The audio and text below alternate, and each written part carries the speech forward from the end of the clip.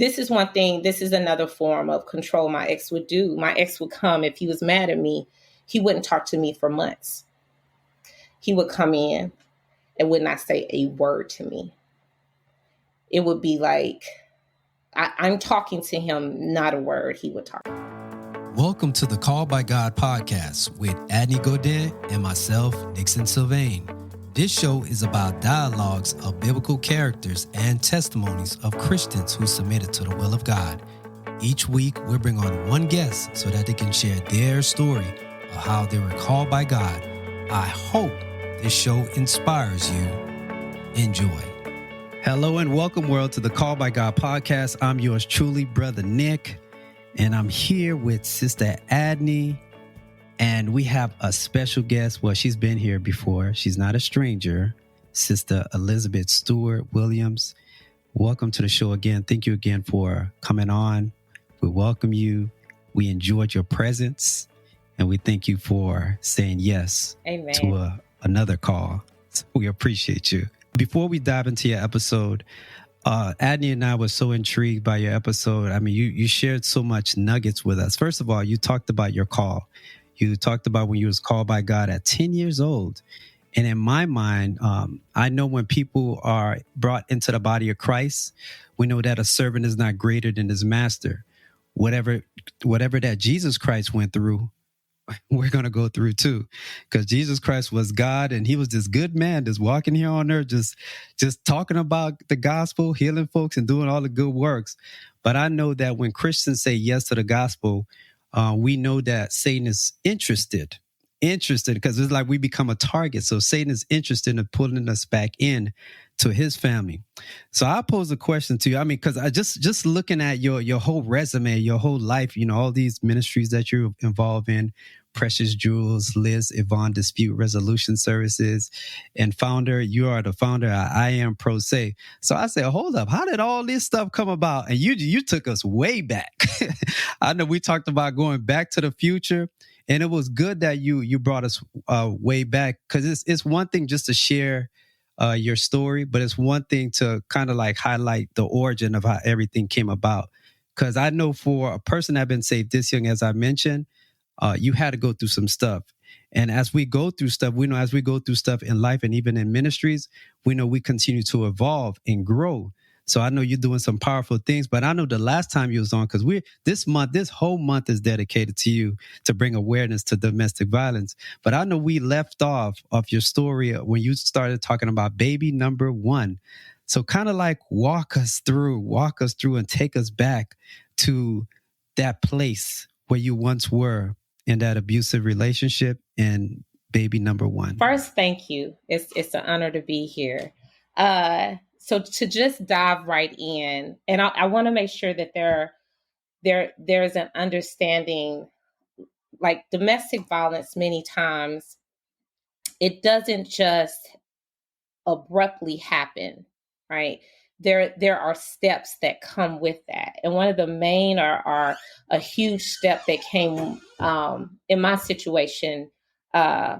It started off with what you would call coercive control. And I didn't bring this up last time, but I want to bring this in. So coercive control, it's a term. Basically, it states or it implies like threats or force. But coercive control it can start out very subtle. So it can start off with financial control. It can start off with autonomy, basically the removal of any type of autonomy in your world, humiliation, isolation, a lot of verbal abuse. And then it can lead to things like assault or sexual coercion. It can lead to monitoring all of your activities. So a lot of times it's not initial. So like the examples that I gave, you know, I would go to work and then come home and I've been completely removed. I was completely removed out of my environment, but I was removed or moved further away from any support system that I had. So any community that I had, when I would come home and he's completely moved us, it's further out. it's not further in to the people that I love and care for.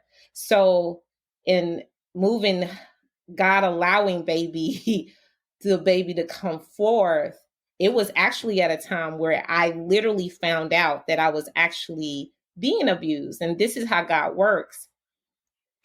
I worked at a law firm at the time, and they were volunteering for a domestic violence organization.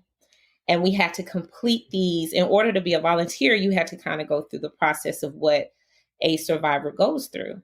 And there was a test that was given to determine if you were in a state of abuse. And so I'm filling this test out.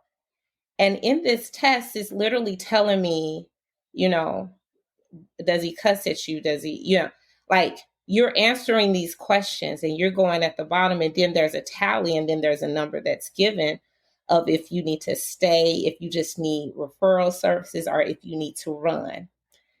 In that test, it literally told me to run, right? Literally told me, like, get out, but I'm pregnant. And I'm like, wait, what? Because a lot of times, especially Black women, especially those who come from, and this is the thing, I come from a very loving, my parents were a loving relationship home. I didn't know what the signs were. I didn't understand what I was going through. But here it is. And I'm asking God, like, why now? Why am I being informed this now? And I have a child with this, with this person. So it only became, it progressed to get worse. And I'm recognizing, like, he didn't cuss me, but I was, every other name: ugly, fat, stupid.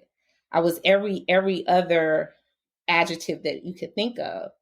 And I'm like, I am being abused, right? It was almost like checkpoints, like, this is really happening. But what it did was, with my child, so I was so excited to have my son. And just like I stated before, God made all these provisions for me. But at the same time, it was almost like, I now have this knowledge, what is this?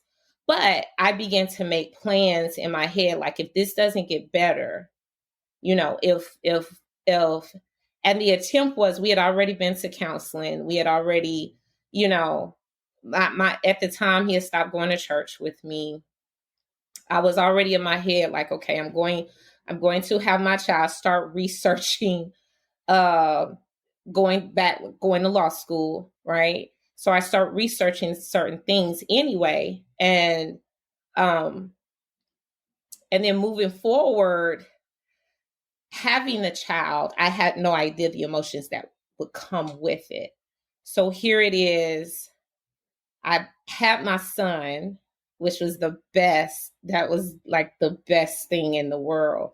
But I had complications after it. And my mom, she literally stayed with me almost a month. But then she had to go with my father. He had a ministry event that he had to go to. So my mother had to leave and go, actually, and she was going to be gone for a while, but I was still having complications. So I went through 14 hours of labor because my baby was big. He was a big boy. He did not want to drop. So I had to have emergency C-section. And so afterwards, my healing process was very different than the norm. So it was difficult for me to be able to pick up my son because of the muscles were cut. And then on top of that, I had air pockets. So my incision kept reopening, not because of infection, but because I had air pockets and they hadn't popped those air pockets. So here it is, during that 6 weeks time frame, I'm like in complete and utter pain. And the third week, so when my mother left, right at about that 6-month time frame where I should be able to be moving pretty well, I still was struggling a bit. So as soon as my mom left, as soon as she left, then what you would consider a coercive control type of abuse occurred. So he literally took my son. I was going through not so much postpartum in the sense of I'm not a good mother because I can't pick my child up. And so it was emotional, very emotional for me. And I was in so much pain too, it was affecting my breastfeeding.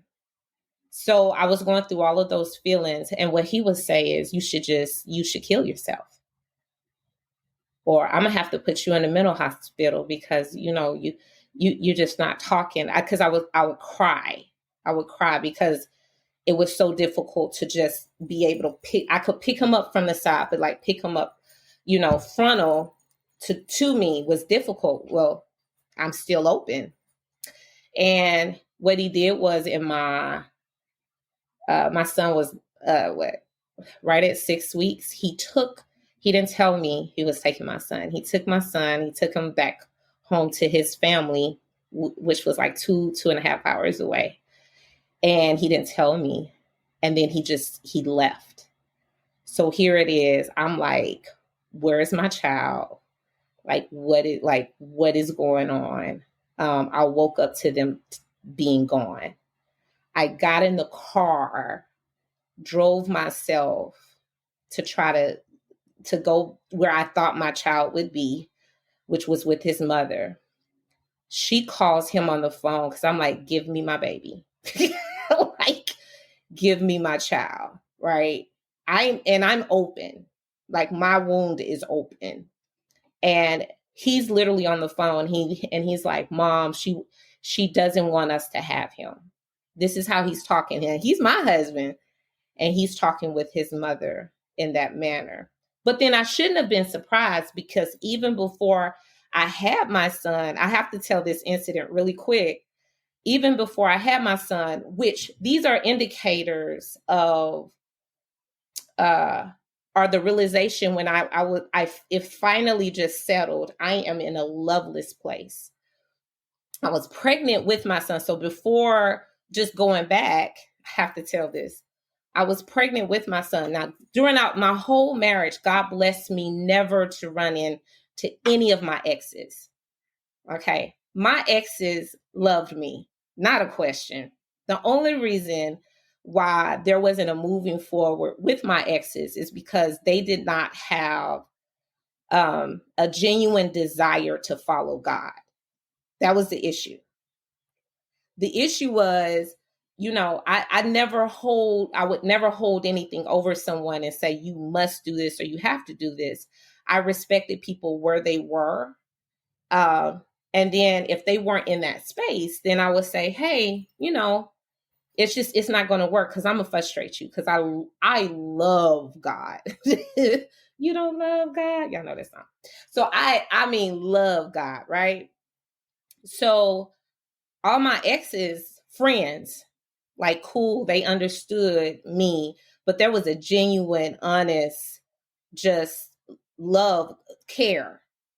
So God allowed me never to meet any one of those and they was characters. Yes, they weren't ones to be messed with, especially where I grew up.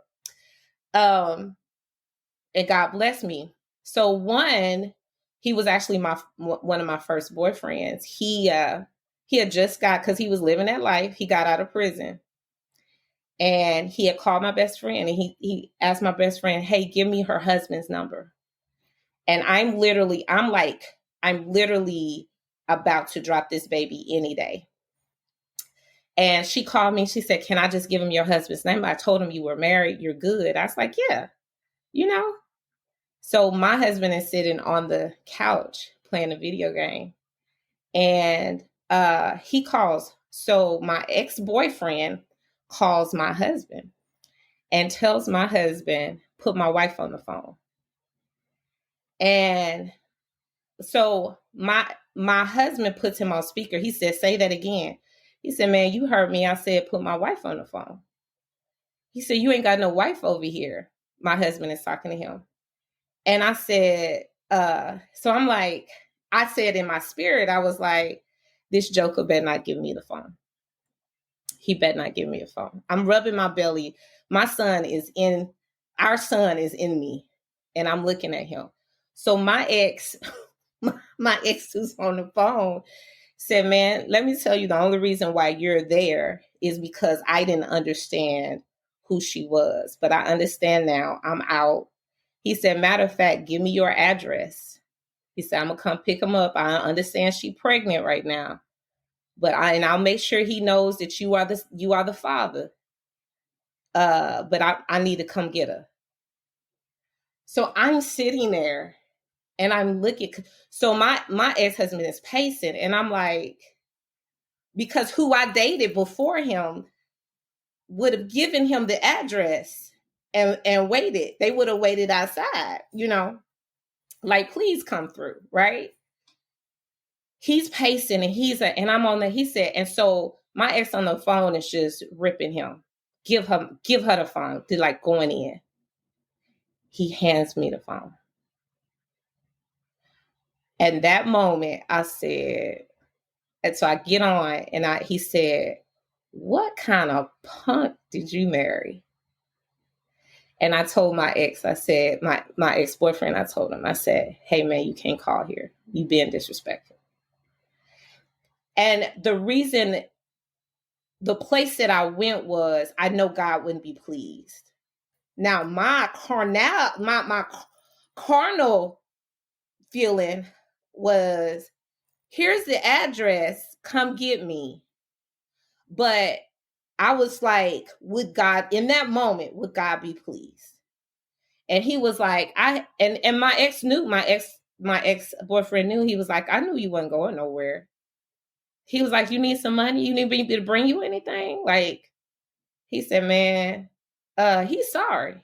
That's how and I was like, you can't do that. And you cannot call here again. He said, okay, baby girl, I got you. He said, but if you need me, call me. But God allowed me to see I'm in a loveless place. And I'm going to have to take care of me and this child inside of me. And from that point, it was like, so here it is. And I think maybe 2 weeks later, I had my son. And then that's when I went through having to go get my son after my support system left, and him steady messing with, and that's the coercive control part. Those are the parts that begin to get heightened, because you can't imagine, I've just had my child and then you just up and take my child without me even knowing. I wake, like, I don't know where my child is. So after that, I made up in my mind, okay, gotta leave. Like, we gotta transition out. I'm in a loveless place. This is not it. God is love. Ain't no love here. Like, he is trying to destroy me. So I make moves to go to school. Found out that I could get free housing, free daycare if I enroll into law school. So I'm making moves like that. Then I get, so this is like, my son now is about 6 months. And when I tell you it was pure bliss, it was me and him. So this is one thing, this is another form of control my ex would do. My ex would come, if he was mad at me, he wouldn't talk to me for months. He would come in and would not say a word to me. It would be like, I'm talking to him, not a word, he would talk to me. It'll be like 2-3 months would pass. He would not say a word. So what I did was I just turned and talked to my son. So my son was probably more advanced. We had a blast though, because I just poured into him. We did. He was 6-7 months. He was just one of those, I read to him all the time. I talked to him all the time. His speech by the time, just moving forward, his speech by about 1, 2, 3 years old, I never just baby talked to him, right? Now I did, of course, the love, mommy's baby. I still do that now where he rolls his eyes. But I poured into him. I identified during that time frame, I identified that we watched ESPN. Yes, I'm a sports mom to date. I love the football season, basketball, baseball on certain days, track. Like, I'm just that one. So our thing was football Saturday. My son was there. Like, he started doing the stance at 2-3 months. Like, literally, he would roll over and he just did amazing things. So I'm like, okay, there's no way that I'm going to allow him to see. I'm not going to allow him to see me being treated in this manner. So I'm like, I gotta go. So I started feeling sick about 6-7 months. He was walking, which was crazy to me. But I started feeling sick about that time frame. So I was like, man, I got to go to the doctor. Then I get a phone call from my sister-in-law. She was like, hey, are you pregnant? I was like, no way. No way that I'm pregnant. There's no way. She's like, I need you to go get tested. I was like, ain't no way. So my son had, at the time, he had about his cousins. They're all about the same age. It's like 4 of them at the same time frame. So at the time, my sister-in-laws, we were all they were pregnant. I was like, there's no way. Plus, I'm on a mission. There's no way. Lo and behold, I was. And that's a whole nother story. But I went into a deep depression. I was like, why? Like, I'm leaving. Because it was bad. And when I say it was bad, it was bad. And I was like, I gotta go. And no. So here it is. So by this time, of course, he moved us again. So that's the thing. Like, it would be move after move after move. So he moved us again. And by this time, I'm depressed. And I don't know why, but I chose this wig. I wore this wig and the closet became my best friend. So we moved into this house, which I was happy it was a larger place, but it was the same. Like, it was like you never knew. It was like Dr. Jekyll, Mr. Hyde. You never knew what temperament you were getting. And then I wasn't talked to. So I would I got on a schedule, pick my son up, go to, like, he knew, like, we would go to the closet. It just became something, which a lot of survivors, there's something that encompasses them and gives them some sort of peace. So I wore this horrible wig, but don't get it twisted. I was still cute, but it was like, my mama thought I was going bald. I had a head full of hair under there. I had a head full of hair under my head, but I was depressed. I gotta hope somebody, it's something that you said, yes. And I just wanted to shine light on it. And just listening to your story, whenever I hear people's stories, I like to see where God is in it. Because, even through our ups and our downs, God is somewhere within our story. And I like, you brought up 2 things. I like the fact that you pointed out that when your ex-boyfriend called you, even though you was going through what you was going through at the home with him, you still found enough strength to cover him. And and that's what I like. So I seen God in that situation, in that aspect. But when you mentioned that you went through a depression, because again, I have a real crowd, real listeners, and someone may say, yeah, she's sharing her story like she's going through this depression.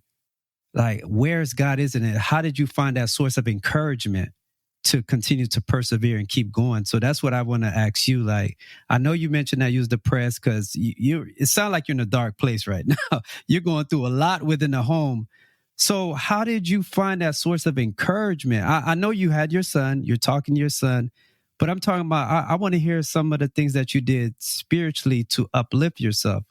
Because I brought that up because there was a season in my life, in my walk, when I had a real dark time.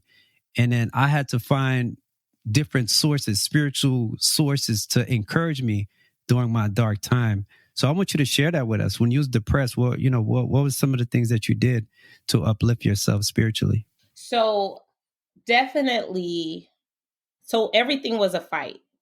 Everything. So by this time, me attempting to go to the grocery store to buy groceries was not an option.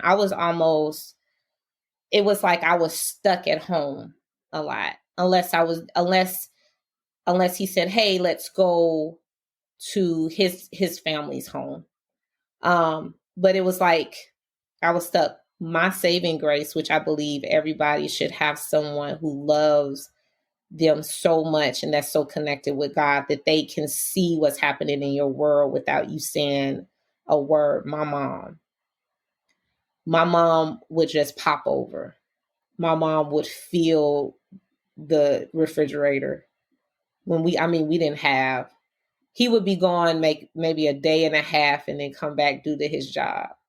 And I'm looking like I have nothing to feed my child. And then my mom would just pop up. It was nobody but God. There'd be times where keys, depending on if he was mad at me, if keys were taken, I did not miss church. I don't care how bloated I looked. If my wig was shifted to the side of my head, I did not miss church, which was that was the blessing, because I would go and there was this deacon's wife and she would come and she wouldn't say one word to me, but she would come and sit next to me and just hold my son and play with my son in the back.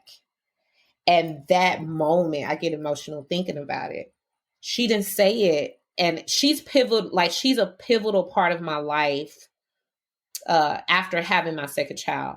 But she didn't say one word. She would just come and she would just take him and she would just hold him and play with him. And then I was, at the time, I was still searching the scriptures because I was saying, and I'm literally reaching out and just asking general questions that no one was answering within the body. And I would literally use this term loveless. I said, what if you're in a loveless place? Like, am I supposed to I know I'm in a loveless place. Am I just supposed to stay here? Like, but no one could answer that. And even my parents couldn't fathom it because they are surrounded by love. So their responses to me was almost like, well, what are you talking about? It's almost like, that doesn't, in their world, it doesn't happen. But I'm sitting here like, there were times where I will wake up and just be like sad that I woke my eyes up. Stay tuned for more as we delve more into Elizabeth's powerful, God-given testimony.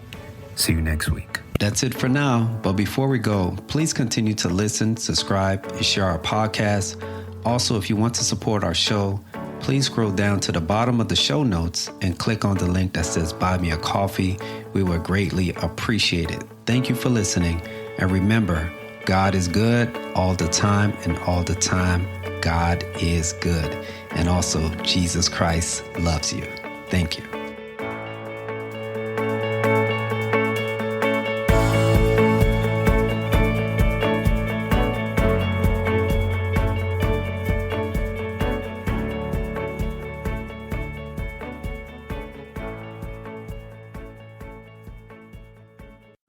Wait, there's more.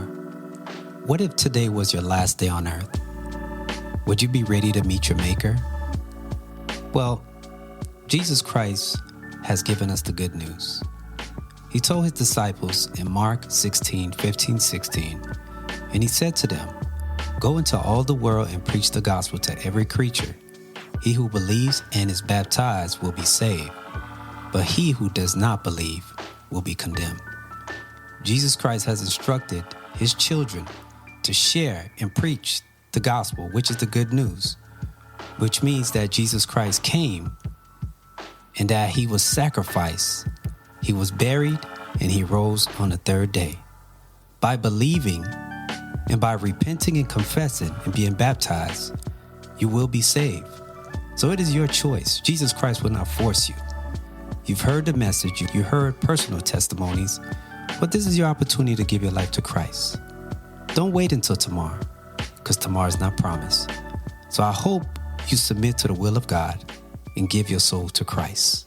Be blessed.